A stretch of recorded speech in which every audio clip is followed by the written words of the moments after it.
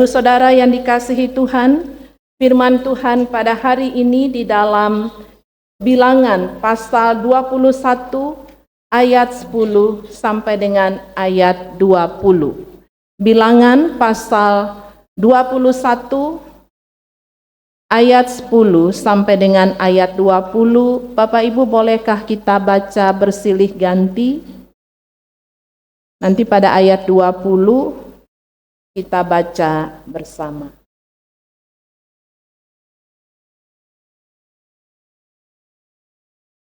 Demikianlah firman Tuhan. Kemudian berangkatlah orang Israel lalu berkemah di Obot.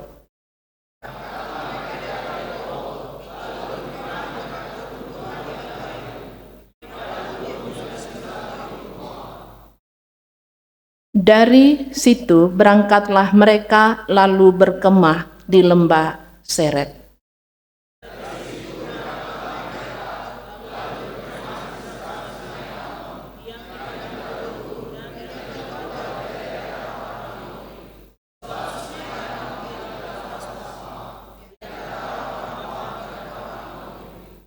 Itulah sebabnya dikatakan dalam kitab peperangan Tuhan, Wahab di Sufa dan lembah-lembah di sungai Arnon.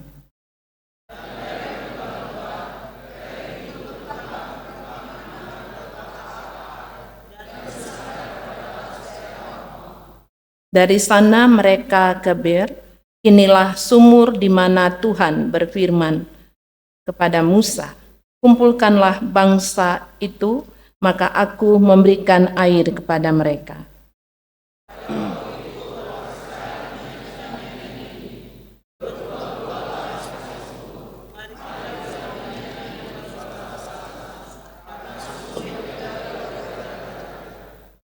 Yang dikorek oleh kaum bangsawan di antara bangsa itu dengan tongkat-tongkat kerajaan mereka dan dari padang gurun mereka di Matana.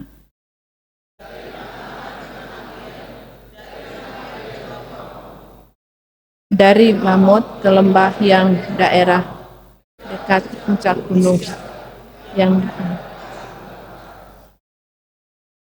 Terima kasih, demikian pembacaan Alkitab. Yang berbahagia ialah kita yang mendengarkan firman Allah dan melakukannya dalam kehidupan beriman setiap hari. Bapak Ibu Saudara yang dikasihi Tuhan, bagaimana kabar Bapak Ibu? Luar biasa.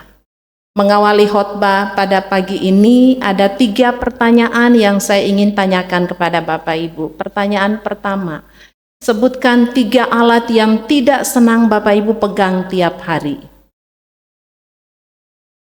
Yang tidak senang dipegang. 1, apa Bapak Ibu?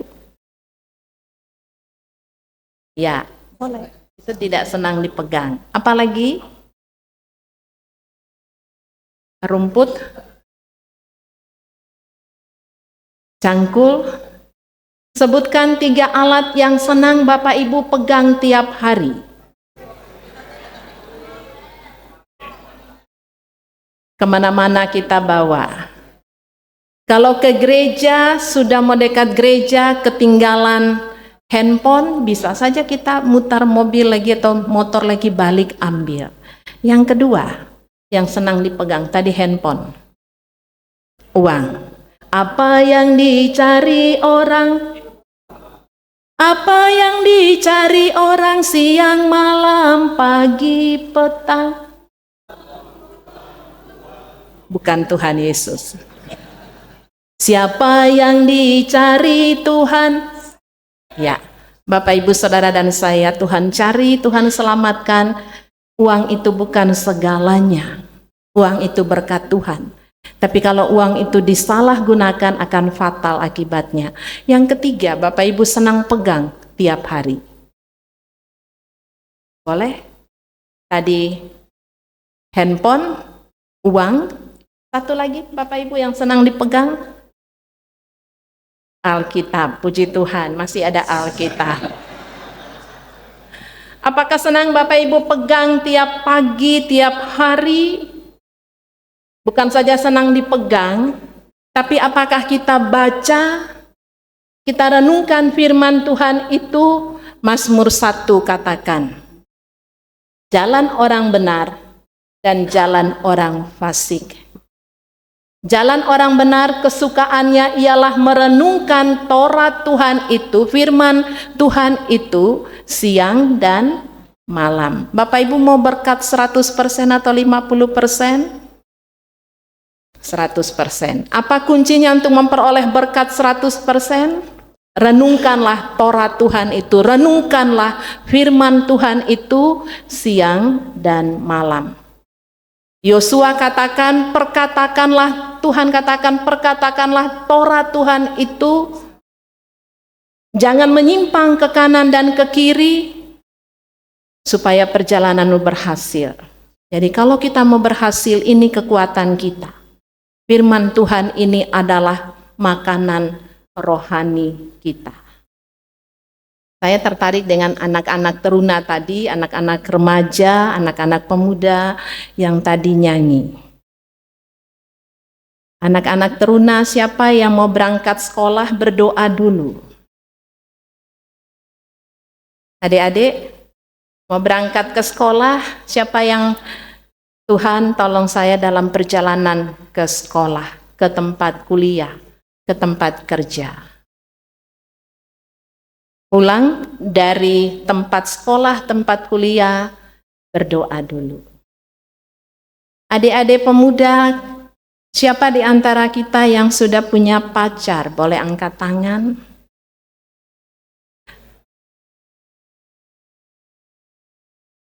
Kalau cari pacar, cari yang bagaimana? Seiman, puji Tuhan. Siapa yang cari pacar berdoa dulu baru cari. Bapak Ibu kita yang sudah berkeluarga, dulu cari pasangan berdoa dulu atau cari dulu? Amin. Berdoa dulu. Siapa di antara anak-anak pemuda yang berangkat pacaran berdoa baca Alkitab dulu?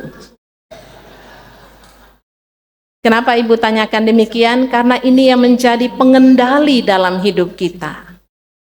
Pacaran sampai jam berapa?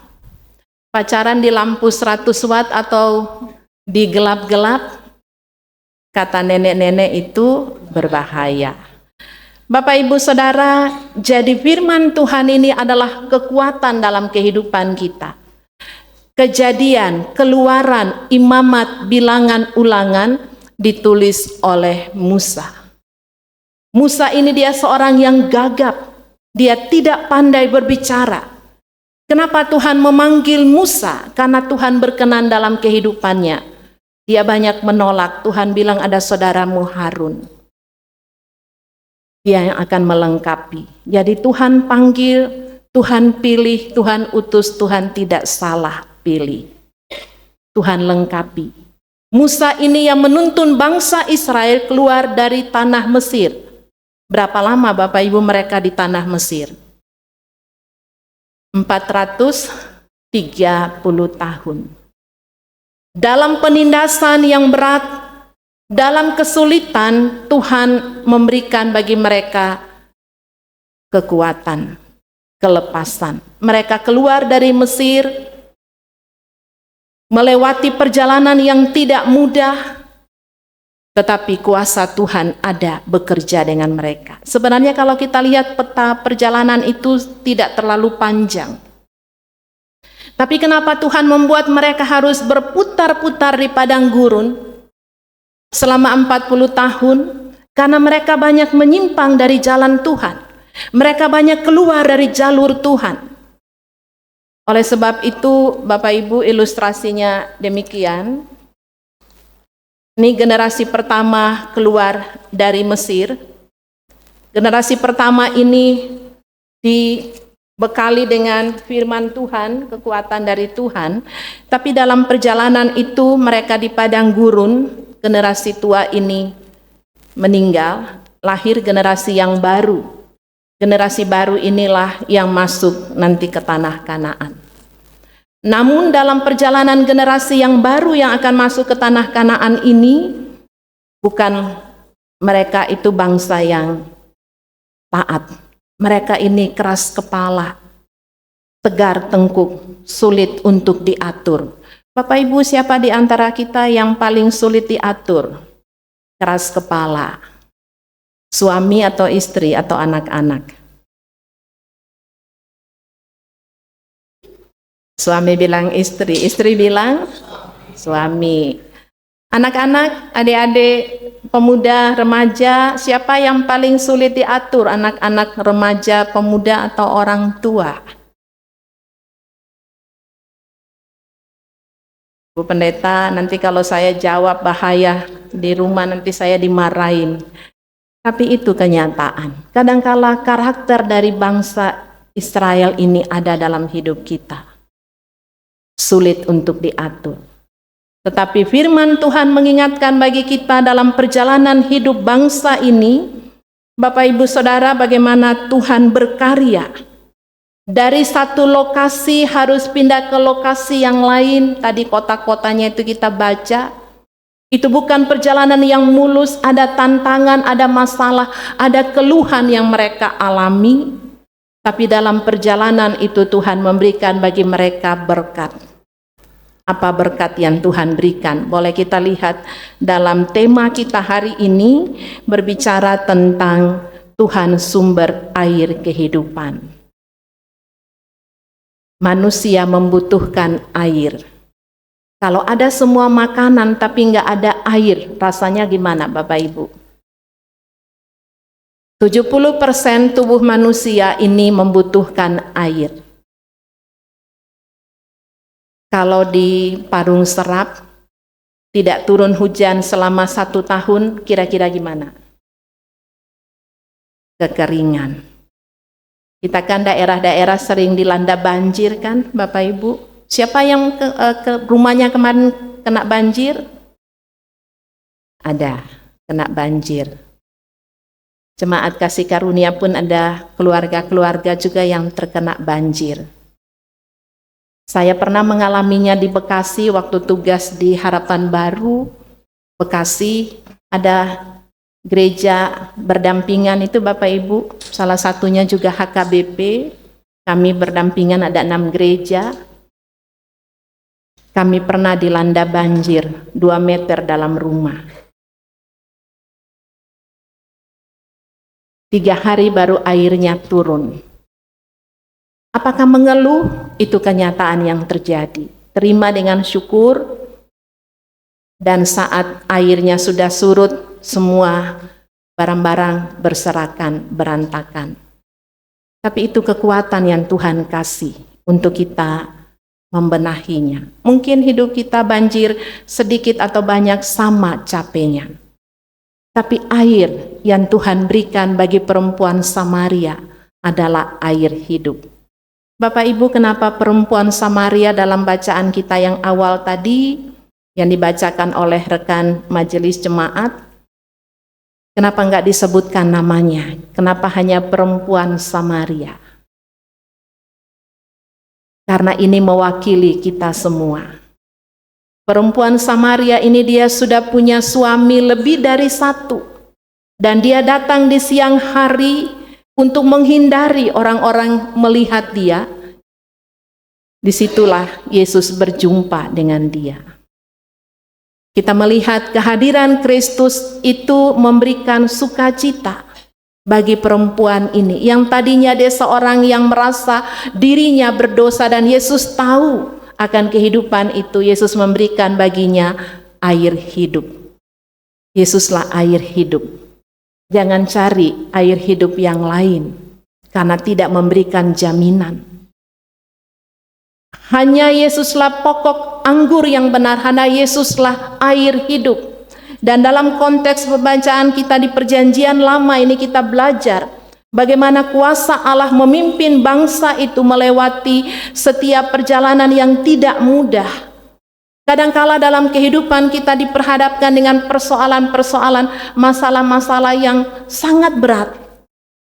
Tapi jangan lupa, ada tangan Tuhan yang siap untuk menolong? Apakah kita mau memberikan tangan kita dipegang oleh Allah, atau kita lepaskan pegangan kita daripada Allah? Bapak Ibu Saudara, di bacaan kita tadi Bilangan 21, boleh kita kembali lihat bersama di ayat 16. Ayat 16. Sudah kita baca bersama. Dari sana mereka ke Ber, inilah sumur di mana Tuhan berfirman kepada Musa, kumpulkanlah bangsa itu, maka aku memberikan air kepada. Siapa yang janji ini Bapak Ibu? Tuhan. Di tengah-tengah keletihan mereka, di tengah-tengah gumul juang mereka, di tengah-tengah situasi perjalanan yang panjang, Tuhan memberikan janji. Janji Tuhan ini, inilah sumur di mana Tuhan berfirman kepada Musa. Abraham, Ishak, Yakub disebut Allah nenek moyang bangsa Israel. Anak dari Yakub berapa orang Bapak Ibu Saudara? 1, tidak terhitung namanya seperti saya, Dina. Yang dihitung 12 anak Yakub laki-laki, 12 suku bangsa Israel. 12 suku bangsa Israel ini yang berkembang, mereka pindah ke Mesir. Dalam perjalanan dari Mesir mereka kembali, Tuhan tuntun dalam perjalanan menuju ke tanah Kanaan. Dalam perjalanan itu mereka mengeluh, Tuhan berikan makanan bagi mereka, yaitu mana. Dalam perjalanan mereka mengeluh, kenapa kami dikeluarkan dari Mesir untuk kami dimatikan di perjalanan ini. Tuhan berikan bagi mereka daging. Mereka juga masih mengeluh, Tuhan memberikan bagi mereka air sebagai kekuatan bagi mereka. Jadi kita melihat, kumpulkanlah bangsa itu, maka aku memberikan air kepada mereka. Bapak Ibu, maukah kita minum air yang Tuhan berikan ini? Mau enggak Bapak Ibu? Apa itu? Firman. Yesuslah air hidup. Maukah dalam setiap persoalan yang kita hadapi, kita datang kepada Allah yang adalah air hidup? Atau kita datang kepada kekuatan-kekuatan duniawi? Tidak menjamin. Yang menjamin hanya nama Yesus. Ada seorang ibu yang sakitnya dikatakan medis sudah tidak punya harapan. Setiap dia bangun pagi, dia selalu katakan, sebelum dia sakit, dia katakan, bagaimana saya bisa memperoleh uang? Yang ada dalam pikirannya hanya mencari materi, bagaimana mendapatkan uang. Saat di rumah sakit, ini di Jawa Timur, saat di rumah sakit, dokter mengatakan, ibu tidak sampai umur 1 tahun, kurang dari 1 tahun ibu akan meninggal. Tangisan, kesedihan dari keluarga dari ibu ini, tapi apa yang dia katakan setelah kami berkunjung, dia sampaikan, Bu Pendeta, setiap bangun pagi yang ada di pikiran saya hanya mencari uang. Firman Tuhan yang disampaikan saat itu, Matius 6 ayat 33. Masih ingat Bapak Ibu apa bunyinya? Carilah dahulu kerajaan Allah dan kebenarannya, maka semua Tuhan tambahkan. Dia merubah pola pikirnya. Dari yang tadinya mencari materi, dia merubah cari Tuhan. Masih ada waktu yang Tuhan kasih bagi dia.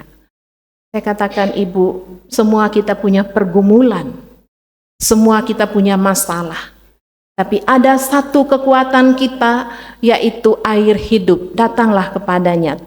Yesus mengingatkan bagi kita, carilah dahulu kerajaan Allah. Khotbah Yesus di atas bukit. Dalam kekhawatiran, dalam pergumulan yang dihadapi, cari Tuhan, utamakan Tuhan dulu, maka semua Tuhan tambahkan. Dan dia menerima kenyataan sakit yang ada, dia bersyukur. Bapak Ibu, pengalaman ibu ini mungkin berbeda dengan kita. Tapi kadangkala kita diperhadapkan dengan tantangan-tantangan, apakah kita terima dengan syukur bahwa terima kasih Tuhan, Tuhan ingatkan kami, Tuhan ingatkan saya untuk kembali kepada jalan yang benar, untuk kembali kepada air hidup itu. Dan memang dia dimuliakan Tuhan, tapi dia sudah menerima Kristus secara pribadi, yang tadinya pikirannya hanya untuk materi, dia pikiran hanya untuk Tuhan, dan itu kebahagiaan. Saya katakan hidup di dalam Tuhan, meninggal di dalam Tuhan, tetap hidup bersama Tuhan, ada kebahagiaan. Itu bagi orang percaya. Bapak, Ibu, Saudara, kita diajak melalui firman ini bahwa Tuhan memberikan tepat pada waktunya. Di tengah-tengah situasi yang tidak mudah, Tuhan hadir memberikan baginya kekuatan bagi kita sebagai orang percaya. Kita ada di minggu-minggu prapaskah, minggu sengsara Tuhan Yesus. Mari kita merenungkan bagaimana air hidup, yaitu Yesus Kristus, di atas kayu salib. Bapak Ibu masih ingat perkataan Tuhan Yesus di atas kayu salib? Tuhan katakan kepada penjahat yang di kiri kanannya, hari ini juga engkau akan ada bersama-sama dengan aku di dalam Firdaus. Yesus masih memberikan pengampunan kepada penjahat itu. Itulah dia terima air hidup. Yesuslah sumber air hidup. Tapi kenapa di atas kayu salib Yesus merasa haus? Aku haus karena dosa yang diperbuat oleh manusia. Dalam perjalanan hidup umat mereka mengeluh, Yesus menggenapinya melalui pengorbanan Kristus bagi saudara, Bapak, Ibu, dan saya. Yesuslah sumber air hidup. Mari di minggu sengsara Kristus ini kita diingatkan. Coba kita bayangkan, Bapak, Ibu, Yesus ada di depan kita, yang sementara pikul salib, yang dipukul, yang dicambuk, yang diejek, yang diludahi, yang dipaku. Coba kita renungkan dalam hidup kita.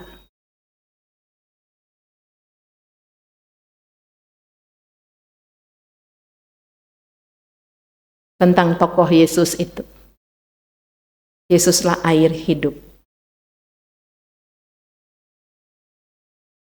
Dalam perjalanan hidup kita, berapa banyak sikap hidup kita membuat cambukan kepada Kristus. Berapa banyak sikap hidup kita yang mengeluarkan kata-kata yang menyakiti hati Yesus sebagai sumber air hidup.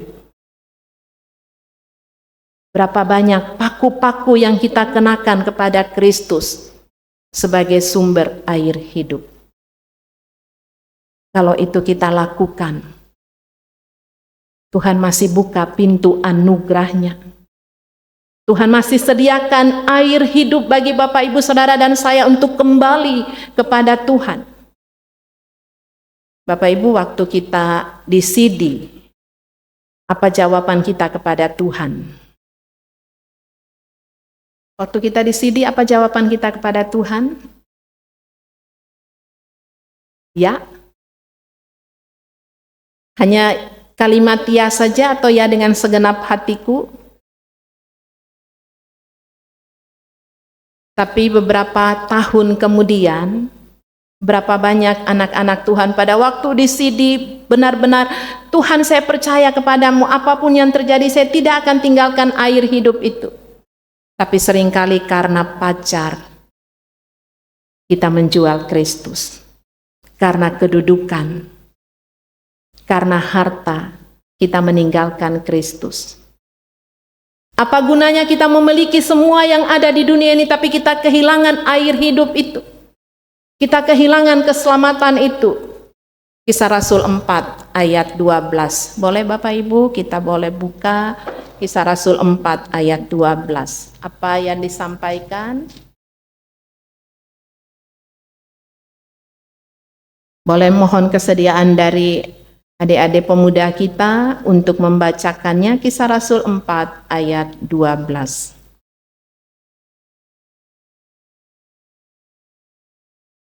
Silahkan, boleh dari pemuda kita, remaja kita, boleh baca.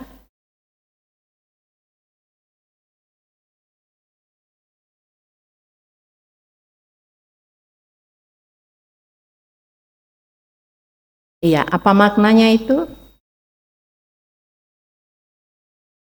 Anak-anak pemuda, di bawah kolong langit ini tidak ada nama lain yang menyelamatkan, hanya nama Yesus Kristus. Jadi sangat rugi kalau kita meninggalkan Kristus. Sangat rugi kalau kita meninggalkan air hidup itu. Dan bagaimana sikap bangsa Israel? Kita lihat kembali di bacaan kita tadi, Bilangan pasal 21 ayat 17. Mari kita kembali ke ayat 17. Pada waktu itu orang Israel menyanyikan nyanyian ini. Apa nyanyiannya? Berbual-bualah, hai sumur, mari kita menyanyi berbalas-balasan karena sumur yang digali oleh raja-raja. Sebagai tanda ungkapan syukur mereka, apa yang mereka lakukan? Bernyanyi, memuji Tuhan. Mazmur mengatakan puji-pujian itu adalah berdoa 2 kali. Saya tertarik dengan paduan suara dari ibu-ibu, dari pemuda, remaja, dari bapak-bapak, luar biasa memuji Tuhan. Boleh kita bagian bapak-bapak ke sana, do, bagian ibu-ibu mi, bagian pemuda sampai ke sini so, sama-sama. Silahkan do.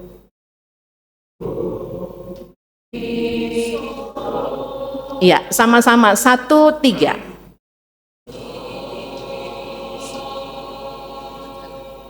Rekan majelis jemaat, bagaimana bunyi suara ya? Mantap.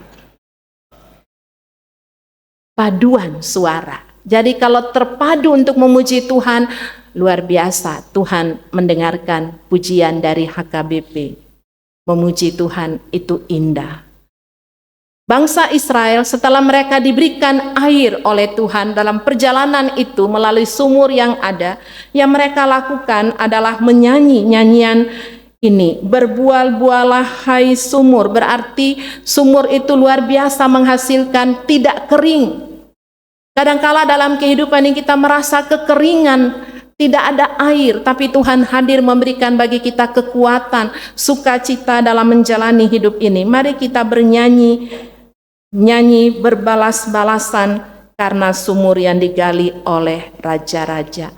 Boleh kita nyanyi berbalas-balasan yang tadi do, mi, sol, yang tadi nyanyi bersyukur kepada Tuhan, yang bagian sana, yang di sini lanjut bersyukur kepada, sambil nyanyi yang di sini. Bapak-bapak silahkan bersyukur. Terus nyanyi yang di sini. Terus nyanyi bersyukur kepada Tuhan. Bersyukur kepada sebab Ia baik. Bersyukur kepada Tuhan. Apakah tiap saat, tiap bangun pagi kita bersyukur kepada Tuhan, Bapak Ibu?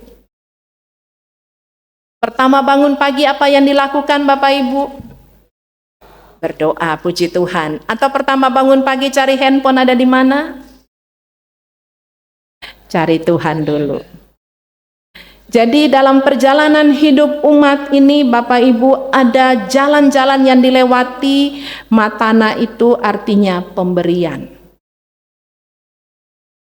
Nahalel itu artinya sungai dari Tuhan. Jadi pemberian sungai dari Tuhan, dan Bamot itu artinya tempat yang tinggi. Dalam perjalanan hidup Tuhan memberikan pemberian bagi kita orang percaya. Itu yang terjadi kepada bangsa Israel. Begitu juga berkat itu sungai dari Tuhan, air dari Tuhan, dan Tuhan membawa mereka ke tempat yang tinggi. tempat ini yang nanti Musa hanya sampai di situ, dia memandang ke tanah Kanaan, tapi dia tidak bisa masuk ke sana.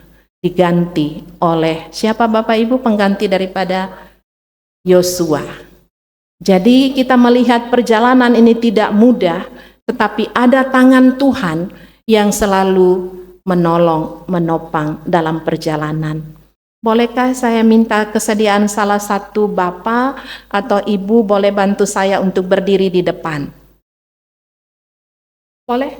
Bapak atau Ibu boleh salah satu boleh berdiri di depan.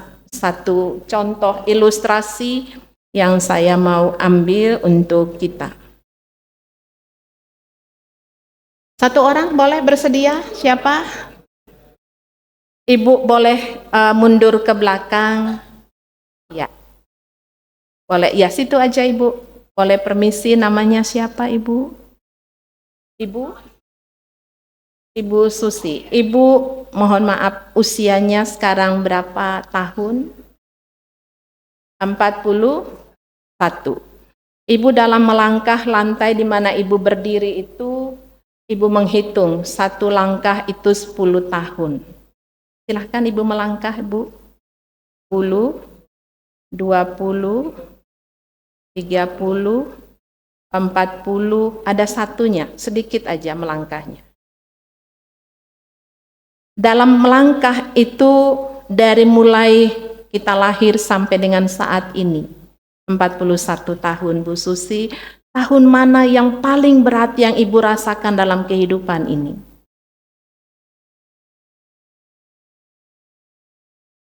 Ilustrasi ini bagi kita semua Bapak Ibu, dalam perjalanan hidup ada suka, ada duka. Tahun mana yang paling berat kita rasakan dalam perjalanan hidup? 2020, di usia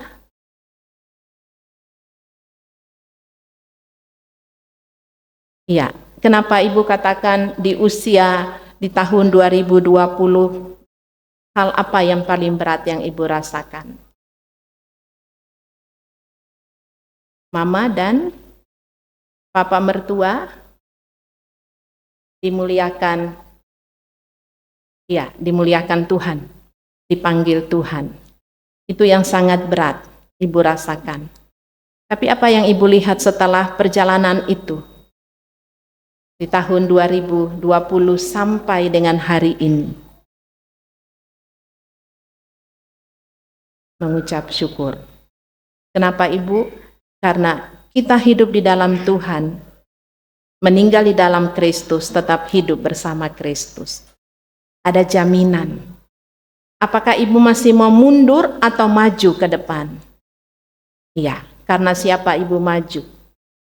Ya, itulah air hidup. Apakah Ibu mau datang kepadanya? Itu kekuatan kita.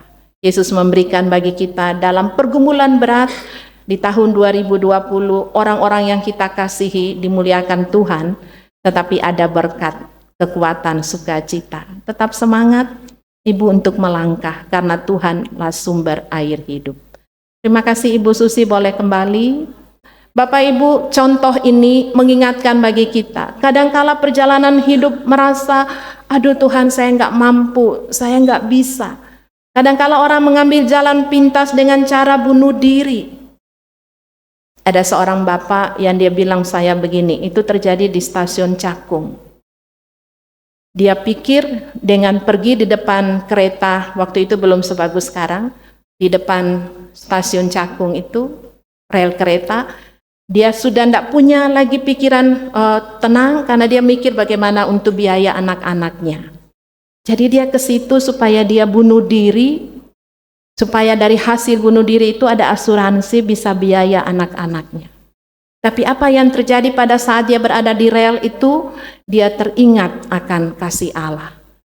Dia datang ke pastori, Bu Pendeta, saya minta ampun di hadapan Tuhan. Dia sedih, kenapa Pak? Tadi Bu, saya sudah mau niat untuk bunuh diri, tapi saya teringat nama Tuhan. Bersyukur Pak, ada air hidup Yesus yang mengingatkan Bapak. Dia pulang, saya bilang Pak pulang, doa, mohon pengampunan, doa syukur, yakin Tuhan itu tidak tinggal diam. Tuhan itu hidup. Mazmur 62, curahkanlah isi hati kita kepada Tuhan, hanya dekat Allah saja aku tenang. Ketenangan itu bukan dari manusia, ketenangan dari Tuhan. Bapak tenang, Bapak bergumul minta dari Tuhan, bukan saja berdoa, tapi juga berusaha dan yakin Tuhan pasti buka jalan.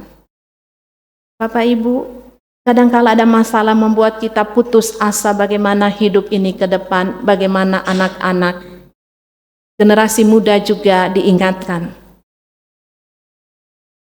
Generasi muda kita kan kadangkala stroberi ya, bagus warnanya tapi mudah hancur. Tapi dalam tantangan apapun, air hidup Yesus Kristus itu ada. Jangan mudah untuk putus asa. Banyakkan generasi muda yang bukan orang yang tidak pintar, anak-anak yang sudah kuliah, terjadi di Jawa Timur, terjadi di kota-kota. Mereka karena tidak bisa untuk menerima kenyataan, mereka sampai membunuh diri. Hidup ini adalah milik Tuhan. Hidup ini berharga di mata Tuhan. Semua kita punya persoalan, tapi ada Tuhan, sumber air hidup itu, yang menuntun kita perjalanan hidup ini melewati satu lokasi ke lokasi yang lain, sampai Tuhan memperlihatkan tanah Kanaan. Mari datang kepada Kristus sebagai sumber air hidup. Itulah sukacita dalam kehidupan ini. Amin.